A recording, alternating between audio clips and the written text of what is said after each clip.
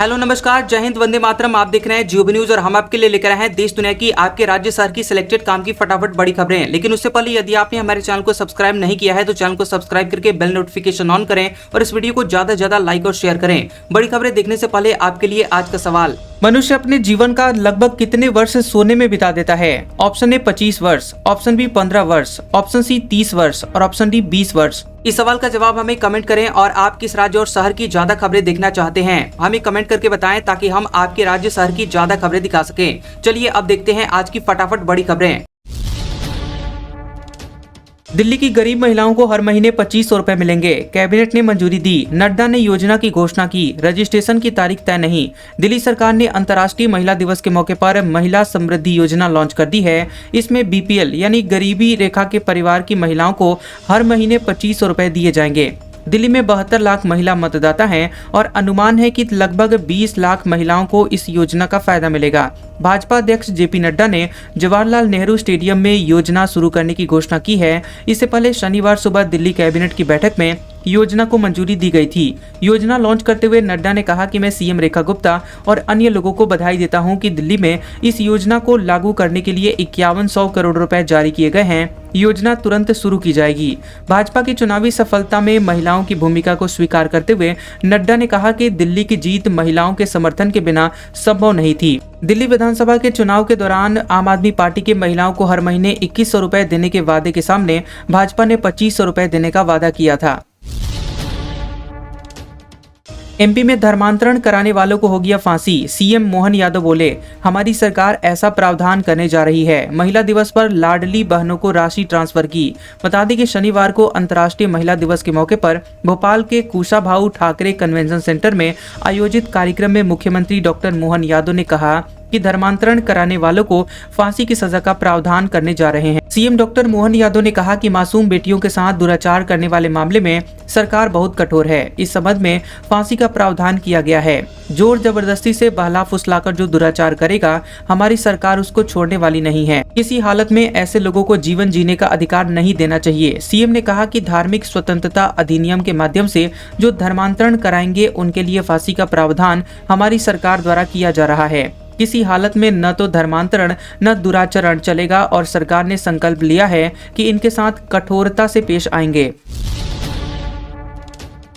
Trump ने कहा, Bharat tariff में कटौती पर सहमत हुआ, अब हमारे देश को लूटना बंद हुआ। 2 दिन पहले भारत पर 100% टैरिफ की बात कही थी।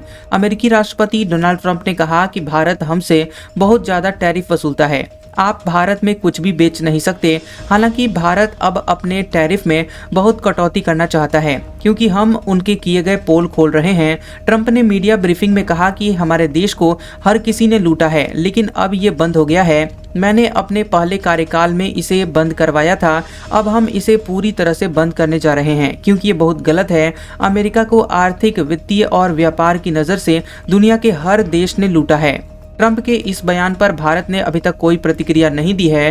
ट्रंप 2 अप्रैल से भारत समेत दुनिया भर के देशों पर जैसे को तैसा टैरिफ लगाने का ऐलान कर चुके हैं। उन्होंने कहा था कि भारत हमसे 100% से ज्यादा टैरिफ वसूलता है, हम भी अगले महीने से ऐसा ही करने जा रहे हैं।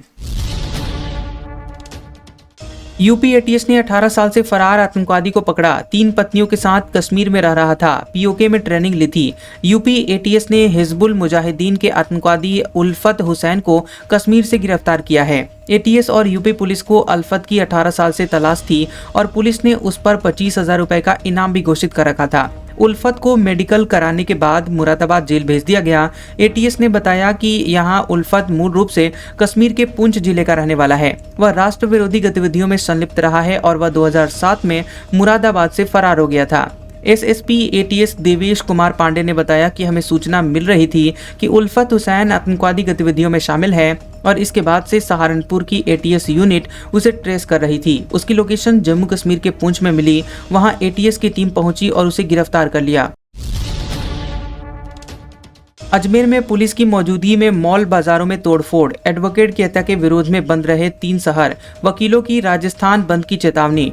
पुलिस की मौजूदगी में अजमेर के सिटी स्क्वायर, मिराज मॉल और अन्य बाजारों में वकीलों ने जमकर तोड़फोड़ की। बंद के दौरान मुट्ठी भर पुलिस के जवान वकीलों को रोकने में असफल रहे। उधर दोपहर करीब 12 बजे बड़ी संख्या में वकील अजमेर कोर्ट के पास इकट्ठा हुए और जयपुर रोड को जाम कर दिया। ऐसे में रोडवेज बसों को श्रीनगर रोड की तरफ से करीब 7 किलोमीटर घूमकर आना पड़ रहा है। आपको बता दें कि करीब 5:30 बजे वकीलों ने रास्ता खोल दिया और जयपुर अजमेर के लिए यहां आवागमन सुचारू हो गया। शहर में भी दुकानें और व्यापारिक प्रतिष्ठान खुल गए हैं।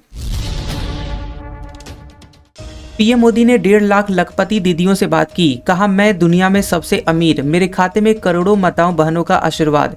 प्रधानमंत्री नरेंद्र मोदी ने अंतर्राष्ट्रीय महिला दिवस के मौके पर गुजरात के नवसारी पहुंचे। खुली जीप में हेलीपैड से करीब 700 मीटर का रोड शो करते हुए वे कार्यक्रम स्थल पर पहुंचे। यहां उन्होंने 1.5 लाख लखपति दीदियों से बात की। पीएम ने कहा कि मैं दुनिया का सबसे अमीर व्यक्ति हूं क्योंकि मेरे जीवन के खाते में करोड़ों माताओं बहनों और बेटियों का आशीर्वाद जमा है। ये आशीर्वाद लगातार बढ़ता ही जा रहा है और इससे पहले मुझे महाकुंभ में माँ गंगा का आशीर्वाद मिला है और आज मातृशक्ति का आशीर्वाद मिला है। पीएम मोदी ने कहा कि अनुच्छेद 370 हटने के बाद जम्मू कश्मीर में महिलाओं को सभी अधिकार मिल गए हैं। पहले वहां महिलाएं मूलभूत सुविधाओं से वंचित थी और पिछली सरकार को इसकी कोई चिंता नहीं थी। हमने सरकार में आते ही सबसे पहले उन महिलाओं के लिए काम किया और उसके लिए अलावा हमारी सरकार ने 3 तलाक के खिलाफ सख्त कानून बनाकर लाखों मुस्लिम महिलाओं की जिंदगी बर्बाद होने से बचाई। 3.44 करोड़ रुपए के सोने की तस्करी का आरोप। बेंगलुरु एयरपोर्ट से आरोपी दृष्टिहीन शख्स हुआ गिरफ्तार। बेंगलुरु के केम्पेगौड़ा इंटरनेशनल एयरपोर्ट पर 3.44 करोड़ रुपए के सोने की तस्करी के आरोप में एक दृष्टिहीन व्यक्ति को गिरफ्तार किया गया है। सोना दुबई से लाया जा रहा था और सीमा शुल्क अधिकारियों ने बताया कि गिरफ्तारी 4 मार्च को की गई है। अधिकारियों ने एक्स पर एक बयान में कहा कि आरोपी ने अपनी शर्ट के नीचे 3,995.22 ग्राम सोना छिपा कर रखा हुआ था। इसकी कीमत 3 करोड़ 44 लाख रुपए है। आरोपी के खिलाफ तस्करी का मामला दर्ज किया गया है और पहचान उजागर नहीं की गई है। बता दें कि इससे पहले 3 मार्च को सोने की तस्करी के सिलसिले में बेंगलुरु एयरपोर्ट पर कन्नड़ अभिनेत्री रान्या राव को गिरफ्तार किया गया था। उनके पास से 12.56 करोड़ रुपए मूल्य का कुल 14 किलो 200 ग्राम सोना बरामद किया गया था। एयर इंडिया ने 82 साल की महिला को व्हीलचेयर नहीं दिया। एयरपोर्ट परिसर में गिरी, होठ से खून बहा, सिर नाक पर चोट आई, 2 दिन से आईसीयू में। दिल्ली के इंदिरा गांधी इंटरनेशनल आईजीआई पर 82 साल की महिला को एयर इंडिया ने व्हीलचेयर देने से मना कर दिया। वह इसके लिए 1 घंटे तक इंतजार करती रही, फिर काफी दूर तक चलना पड़ा। बाद में एयरलाइन काउंटर के पास वह गिर गई।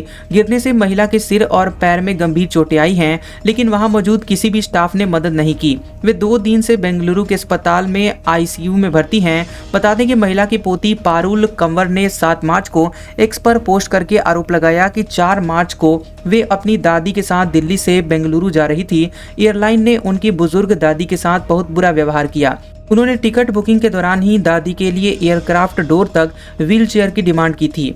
टिकट पर व्हीलचेयर की पुष्टि भी थी, लेकिन टर्मिनल 3 पर 1 घंटे के लिए इंतजार के बाद भी उन्हें व्हीलचेयर नहीं दी गई।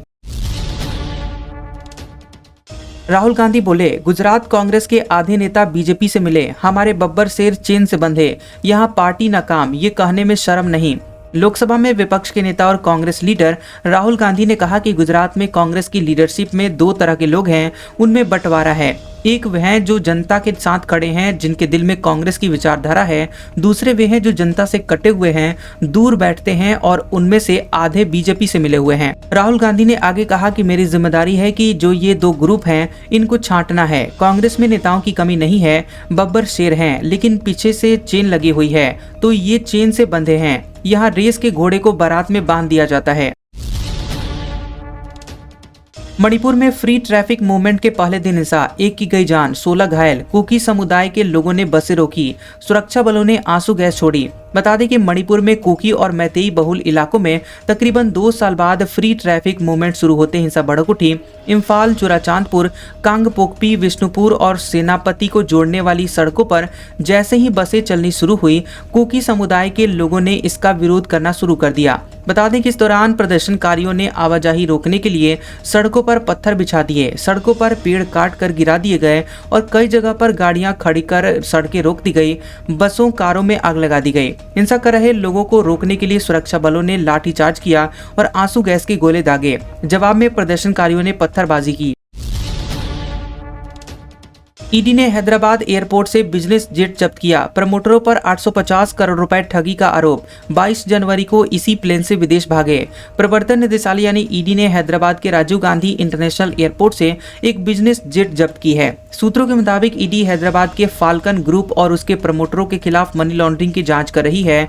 मामला साइबराबाद पुलिस की falcon group capital protection force private limited के सीएमडी अमरदीप कुमार और अन्य के खिलाफ दर्ज एफआईआर से जुड़ा हुआ है। प्रमोटरों पर निवेशकों से 850 करोड़ रुपए की ठगी करने का आरोप है। आरोप है कि फाल्कन ग्रुप ने धोखाधड़ी वाले इनवॉइस डिस्काउंटिंग निवेश योजना के जरिए निवेशकों से 1700 करोड़ रुपए इकट्ठा किए और कुल फंड में से 850 करोड़ रुपए वापस कर दिए। 6979 निवेशकों को भुगतान नहीं किया गया। अमेरिका ने आर्थिक मदद रोकी। नेपाल की अर्थव्यवस्था चरमराई। देश पर कर्ज का बोझ बढ़ा। खर्च चलाने को जनता से लेना पड़ रहा है लोन। बता दें कि अमेरिकी राष्ट्रपति डोनाल्ड ट्रंप के वित्तीय मदद रोकने से नेपाल की अर्थव्यवस्था चरमरा गई है। सरकार मौजूदा खर्चों को पूरा करने में असमर्थ है, जिससे सरकार को देश के लोगों से लोन लेना पड़ रहा है। नेपाल पर सार्वजनिक कर्ज तेजी से बढ़ रहा है और अब ये बोझ दोगुना हो गया है। चालू वित्त वर्ष के पहले 7 महीनों में सार्वजनिक कर्ज में लगभग 2 लाख करोड़ रुपए की वृद्धि हुई है। कर्ज प्रबंधन कार्यालय के मुताबिक पिछले साल के जुलाई में सार्वजनिक कर्ज 24.034 लाख करोड़ रुपए था, जो कि फरवरी तक बढ़कर 26.011 लाख करोड़ रुपए हो गया है। नेपाल में सरकारी कर्ज बढ़कर देश के जीडीपी का 45.77% है और एक दशक पहले यह आंकड़ा जीडीपी का मात्र 22% था। वहीं कुल कर्ज में विदेशी कर्ज 50.87% है, घरेलू कर्ज 49.13% है। आज का सुविचार: क्या फर्क पड़ता है कि लोग तुम्हारे बारे में क्या सोचते हैं? तुम्हें ये निश्चित करना ही होगा कि लोग तुम्हारा भाग्य अपनी सोच से लिखे हैं या फिर तुम अपना भाग्य खुद लिखोगे। कैसा लगा ये वीडियो हमें कमेंट सेक्शन में जरूर बताएं। वीडियो पसंद आया हो तो वीडियो को लाइक और शेयर करें और ऐसी इंटरेस्टिंग वीडियोस देखने के लिए हमारे चैनल जियोबी न्यूज को सब्सक्राइब करें और बेल आइकॉन को दबाएं। और हमारे ओल्ड और लेटेस्ट वीडियोस देखने के लिए हमारे प्लेलिस्ट और कम्युनिटी टैब को जरूर चेक करें। तो मिलते हैं अगले वीडियो में, तब तक के लिए आपका शुक्रिया।